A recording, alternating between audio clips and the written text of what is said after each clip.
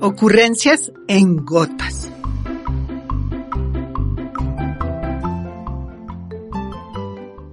Bueno, Carolina Piñeros, en nuestra segunda parte de la conversación sobre Red Papás, vamos a abordar un tema un poco más complicado, como si no lo fuera el tema de hablar con los niños y de ponerse al nivel de los niños, y es enfrentarse a ciertos adultos que estimulan las bebidas azucaradas, la comida chatarra, etcétera.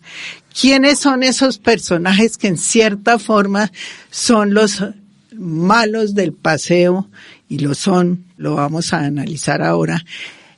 Pero, ¿qué ha pasado en ese sentido? ¿Por qué ustedes, desde el tema de lo infantil, de los niños, de los adolescentes, pasaron ya a temas socialmente más impactantes que son, desde el punto de vista de los intereses que pisan, etcétera, son el tema, pues, de la comida chatarra, que ha tenido una muy buena publicidad y que se ha incrustado en la mentalidad, diríamos, de los colombianos, porque ya sabemos que por lo menos hay alguien preocupado por la comida chatarra y también por las bebidas azucaradas, que son dos temas que económicamente son también muy cuestionables.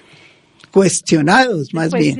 Pues imagínate, María Teresa, que fue algo muy natural. Es decir, el propósito de Red Papás es abogar por la protección de los derechos de niñas, niños y adolescentes en Colombia, y hacemos como dos grandes cosas. Uno, fortalecer capacidades de los responsables, digamos, de proteger esos derechos. Entonces, dentro de ese fortalecer capacidades, esto que hacemos de los webinars, los podcasts para las familias, los contenidos para entregarles a los colegios, a los jardines infantiles, pues es una parte de fortalecimiento de capacidades. Pero también otro fortalecimiento de capacidades tiene que ver con cómo hacemos que esos tomadores de decisiones de política pública lo hagan pensando en las niñas y los niños, lo hagan basados en la mayor evidencia, lo hagan libres de conflictos de interés. Entonces, yo creo que Es una buena definición de la política pública. Claro. Porque a veces hablamos de políticas públicas o los políticos hablan de políticas públicas, pero no las aterrizan, y las acabas de aterrizar. Claro. Precisamente ya en el colombiano. Claro, entonces fíjate que ese propósito que nos dice, ustedes abogan por los derechos de las niñas, fortalecen capacidades de los adultos y actores sociales para garantizar esos derechos de niñas, niños y adolescentes. Y te digo que fue un tránsito natural porque empezamos con la preocupación de las emisoras juveniles. ¿Y tú sabes cómo logramos ponerles coto a las emisoras juveniles? Que no te conté en la primera parte. Tenía que ver también con que cuando empezamos a ver lo que estaban haciendo y diciendo esas emisoras, le pusimos una carta a los anunciantes. 35 empresas que estaban allí y les mandamos una carta al presidente diciéndoles, ustedes están poniendo su marca con al lado de estos contenidos. Que esa ha sido una estrategia excelente, porque ustedes van hacia los actores sociales. Claro, exactamente. No solamente los que tienen unas actitudes positivas, sino también negativas. Y por ejemplo, en ese caso, esas empresas que estaban en esa emisora juvenil en particular, que la estaban financiando, lo que le dijimos de manera muy respetuosa es, lo invitamos a tener en sus decisiones de pauta, no solo el rating, sino al lado de que está poniendo su marca. Y les mandábamos, en esa época era un CD con cuáles eran el tipo de temas del día, como las mismas conversaciones, porque ellos nunca lo habían escuchado. Y esa carta inicialmente, que fue en el principios del año 2004, la firmábamos como ya nos llamábamos Red Papás y decíamos, estábamos en ese momento como 90 y pico colegios, miembros de Red Papás, en ese momento solo de Bogotá, pero ya eran muchos, claro. Y ahí mismo empezaron a quitar la pauta. Entonces, eso es un equilibrio social. Es una reacción. Entonces, fíjate que ha sucedido desde nuestro inicio, nuestro tema era, hay que garantizar los derechos de las niñas y de los niños, pero hay unos intereses comerciales que están pasando por encima de ellos. Y fuimos, digamos, transitando por ese camino, donde empezamos a mirar, por ejemplo, cómo el tema de venta de alcohol, quienes le vendían alcohol, porque tuvimos un caso de un niño de un colegio de Red Papás que se mató en Chía, y empezamos a ver cómo estos sitios que son supuestamente de adultos, donde puede uno ir a bailar, a tomar, recibían niñas y niños, los niños y los niños se emborrachaban allí, y uno de estos niños salió a la vía pública y pues ya estaba borracho, obviamente, y lo mató un camión que pasó por ahí. Entonces empezamos a ver que esa problemática era una problemática, digamos, muy común, y cómo empezamos a influir en esos bares, en esas discotecas, para que cumpliera el tema de minoría de edad. Empezamos a trabajar muy pronto también con el Instituto Nacional de Cancerología, no sé si tú recuerdas, pero en Colombia se podía vender productos derivados de tabaco a personas entre 14 y 18 años. La ley del tabaco se hundía cada vez porque los congresistas que estaban... iniciativas persistentes de ustedes. Además, ni siquiera liderada por nosotros, era liderada por otras organizaciones, pero donde se fueron empezamos agregando y donde empezó eso es lo interesante que esa voz de padres y madres era interesante. Entonces, por eso te digo que llegar a la comida chatarra fue relativamente un camino natural. Sí. Claro. ¿Qué nos pasó con el tema de comida chatarra? Era que habíamos aprendido muchas cosas, que habíamos aprendido, por ejemplo, que muchos actores, cuando nosotros expresábamos una preocupación, por ejemplo la del alcohol, se nos acercaba a varias, nosotros queremos ayudarlos, los invitamos a ser parte de la mesa de vida sana de Red Papás, y empezamos a decir, bueno, este es un actor más con el que debemos hablar. Pero ¿qué nos empezamos a dar cuenta? Y lo mismo nos pasaba con tabaco. ¿Que había mucha palabrería? No, pues claro. Entonces ellos sentados en la mesa de vida sana, pero firman un contrato para ser quienes, digamos, patrocinan el fútbol nacional. Cuando la Organización Mundial de la Salud dice, pues, el alcohol, el tabaco, es decir, el deporte no puede ser mezclarse con el alcohol y porque ellos no estaban dando dinero al fútbol colombiano para que se desarrolle, están dando dinero para que su marca esté en todas. El tema de la marca es fundamental. Claro, ¿qué es lo que están diciendo? ¿Quién lo coge? Una marca. Ahorita no sé si creo que es Águila, pero fíjate, entonces uno cómo hace con un niñito y niñita, porque hoy en día a todas las niñas y niños les encanta el fútbol desde muy pequeñitos, y que van creciendo con Águila. Con la marca incrustada. Eso en unos años, María Teresa, nos va a parecer un exabrupto. Como nos parece hoy de pronto que la Fórmula 1 hubiera sido patrocinada por Marlboro. Claro. Pero fíjate que esas cosas, entonces empezamos a entender que no podíamos. Estaba relacionado. Y nos tocó decirle con mucho gusto, pero no podemos seguir con ustedes miembros de un espacio, que además es un espacio pues de Red Papás, digamos totalmente libre, pero decirles no. Eso es lo que me ha llamado la atención en el caso de Red Papás, la independencia de ustedes. Mira. Ustedes se han puesto a cuestionar los grandes grupos económicos de este país. Claro, entonces una de las cosas... Eso es bastante escaso. Es muy escaso. Y sobre todo en comunicación. Sí, porque mira, las organizaciones de la sociedad civil, obviamente tenemos un dolor, que es la financiación. Entonces, cuando tú empiezas a preocuparte por el tabaco, llega British American Tobacco, llega Philip Morris, yo la voy a ayudar para que usted pueda hacer campañas de prevención, llega Bavaria, llega... pues en el caso de la comida chatarra, Frito-Lay, FEMSA, Coca-Cola, bueno, Casa Luker, a decirte, aquí estoy yo para ser su aliada. Entonces, para ayudarles. Parte, digamos, de lo que nosotros, o el Consejo Directivo de Red Papás decidió en su momento es independencia política, económica y religiosa. Eso es clave. Entonces, esa línea, pues para nosotros... Esas tres independencias son claves. Porque eso no implica que la gente no piense, perfecto. Sino que las políticas públicas no se construyan con el aporte, entre comillas, de esos intereses. De esos intereses, exactamente. Y ahorita, por ejemplo, estamos, en este momento histórico, estamos en una reforma tributaria donde el gobierno nacional puso el impuesto a las bebidas ultraprocesadas como uno de los pilares. Sin embargo, pues estamos ante una situación, yo siento que es como si estuviéramos viviendo otra vez lo mismo que vimos con la ley de comida chatarra.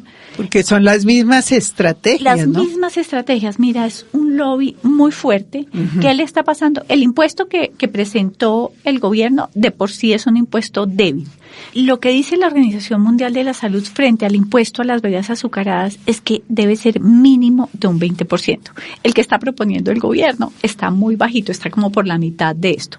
¿Qué le hemos dicho, digamos, al Ministerio de Salud, al Ministerio de Hacienda, a la DIAN? Esta es una medida que, claro, pretende recoger recursos para el gobierno, pero la medida es de salud pública. Tiene un impacto diferente. Es distinta. Al económico. Entonces aquí no es, bueno, si podemos recoger el 7% está bien. No.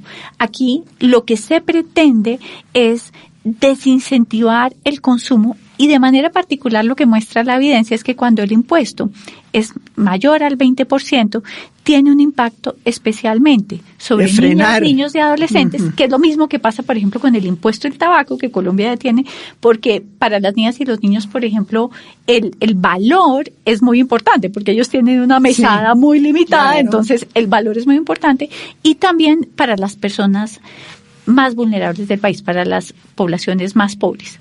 ¿De qué se trata este impuesto? De dejar de consumir estas bebidas de manera habitual, ¿cierto? Ese es el punto. Reemplazarlas por jugos. Por una limonadita de panela, ¿cierto? Exacto. Por agua, digamos, una de las cosas. Cambiar los hábitos de consumo. Y además hay que ¿Y eso lo han entendido en la discusión que se ha creado el sobre tema ese María tema? Teresa, cuando es uno duro, se mete en estos son temas, unos batalladores. El tema que a ti te da mucha lástima es que yo al principio, y uno llega al Congreso y llega a todos estos escenarios y dice, me voy armada, voy con la evidencia, vengo con los expertos. Claro. Tenemos esto, está la Organización Mundial de la Salud, o sea, muy claramente está muy lo dice, claro. Sí. Pero ¿qué es lo que pasa? La obesidad depende de estas cosas también, entre otras. Hay un trabajo soterrado, que es el que estamos viendo ahorita, que tú no lo ves, yo no lo veo. Yo cuando voy al Congreso no lo veo, pero está allí. Ese trabajo que hace todas estas, digamos, industrias que tienen intereses económicos en estos productos empiezan a influir en los congresistas, en los partidos.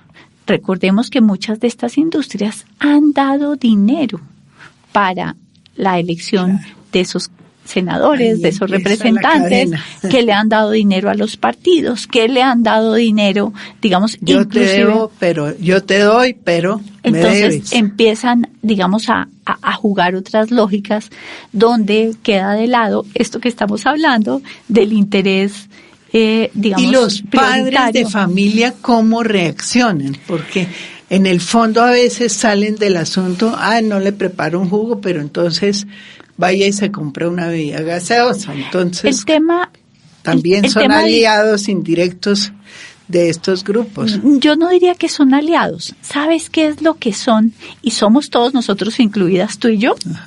Somos parte de una sociedad que lleva ¿cuántos años llevamos recibiendo publicidad? Es decir, tú dices que nosotros hemos hecho una buena publicidad. Te digo que hemos arañado un poquitito. Es un mundo gigantesco. Es un mundo gigantesco. Yo te quiero decir, mis hijos crecieron con cereales de caja para desayuno. ¿Cuándo me vine yo a enterar que los cereales de caja para desayuno eran, digamos, no tenían nada positivo, están repletos de azúcar, el cereal ya viene tan procesado que se perdió como todas las propiedades que tenía ese cereal originalmente positivas, tienen colorantes, aditivos, otra cantidad de cosas que son súper dañinas, y seguramente tú hiciste un gran esfuerzo por dejar de darles el huevito, la arepa, el chocolatico que de pronto nos desayunábamos tú y yo de niñas para darles otra cosa, digamos, mucho peor. Entonces también te quiero decir que lo que nosotros le ayudamos a entender a las familias sin culpabilizarlas, eso es clave, es que hemos estado engañados. Por eso nuestra primera son muy directos en las nuestra primera estrategia era no comas más mentiras, ni se las des a tus hijos. No, entonces es este tipo de cosas. ¿Qué reacción han tenido ustedes por parte de maravillosa? Digamos pero por parte de los anunciadores. No, ese sí no tan maravilloso. ¿Por qué? Claro, porque claro, digamos. Pero han resistido ustedes, eso claro, es lo mira, inicialmente lo que nos pasó cuando sale la primera campaña de No comas más mentiras es que no nos dieron el código para pautar en Caracol y RCN. Y nos tocó poner una tutela. Y esa tutela nos la ganamos, después nos ganamos la segunda instancia, después la tercera, es decir, ya ahí te conté un poco en otro momento toda esa historia. Entonces fíjate que es como esos mensajes de bien público. Nosotros sentimos que lo que hacemos desde las organizaciones de sociedad civil no es publicidad, yo no quiero vender nada. Claro. Estamos dando un mensaje de bien público. Exacto. A las publicidades negativas. Claro, es dar ese mensaje, pues, como te digo, que alcanza a apenas arañar ahí un poquitito, pues porque esta pauta, cuando comparamos pues todo lo que hace un solo producto de una de estas grandes industrias, no sé, Pony Malta, por ejemplo, pues Pony Malta tiene convencido a Colombia entera que eso hay que meterlo en la lonchera de las niñas y de los niños todos los días. Entonces, ¿cómo tú le puedes decir a las familias? Es que no, la Pony Malta no es para las niñas y los niños, está repleta de azúcar, no tiene nada positivo, tiene una cantidad de ingredientes que lo que hacen, tiene una cosa que se llama glutamato monosódico, que lo que hace es que al paladar de las niñas y los niños quieran comer más, como lo que hace la nicotina con el cigarrillo, haz de cuenta que es lo que hace el glutamato. No solo con la Pony Malta, con casi todos los productos estos de paquete, las papas fritas, de toditos, los no sé qué, sí. Entonces, digamos, es un poco como ayudar a entender todo encontraron ese término que me parece que es muy diciente, chatarra. ¿Qué es la chatarra? Ese fue genial. Imagínate que cuando técnicamente el nombre de esto es productos comestibles o bebibles ultraprocesados. Sí, eso no lo entiende nadie. Entonces, cuando quisimos sacar la primera campaña... Eso es lo interesante de ustedes. La primera campaña... No solo llamarse también Red Papás. Sí. Entonces, imagínate que hicimos unos grupos focales, y en los grupos focales los papás y las mamás empezaron a decir, usted me está diciendo la basurita, la comida chatarra. Entonces cuando nosotros dijimos el término es comida chatarra. Inclusive quiero contarte que la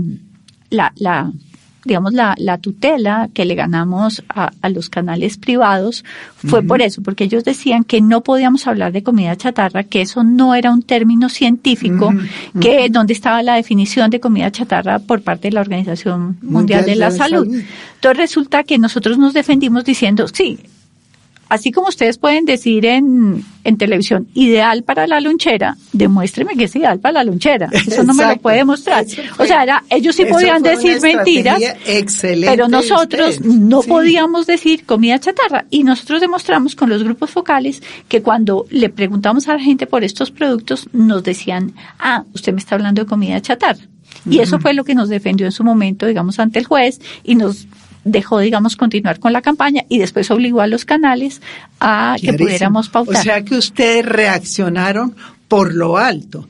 Eso es lo que creo que los distingue de muchas otras organizaciones que se limitan a quedarse como encima de la mesa, pero que no suben, no se elevan a atacar las políticas públicas, a atacar en el bueno sentido de la palabra. Claro. Y uno de los elementos que me parece es que aquí la noción de lo público no es muy fuerte, entre otras porque los medios de comunicación fuertes no son públicos sino privados. Clarísimo. Y entonces ese es otro punto en que también la gente dice, no entiende muchas veces que los medios públicos son una especie de arrastre para que los medios privados se comporten de una manera más ética, porque la ética también se puede aterrizar de esta manera en el caso de la comunicación. Claro. Mira, es que somos un país donde, digamos, esos intereses privados han cooptado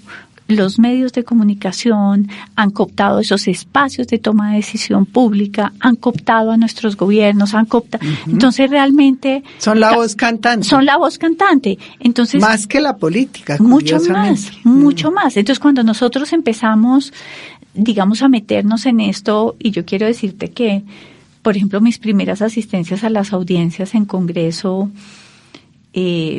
eran estas personas, no sé, de Asomedios, de FENALCO, muchos de ellos estuvieron en la constituyente también, la ANDI, haciendo presión, pues todas los y tú medios, no te imaginas cómo se referían a nosotros, con qué desprecio, porque claro, además, para peor de males, yo mujer, entonces, y ellos unos señores mujer muy pilosa, poderosos. Mujer pilosa. Sí, pero la forma, pero como claro, se dirigían claro, a nosotros es: ustedes, ¿qué hacen acá? ¿Cómo se les ocurre? Sí.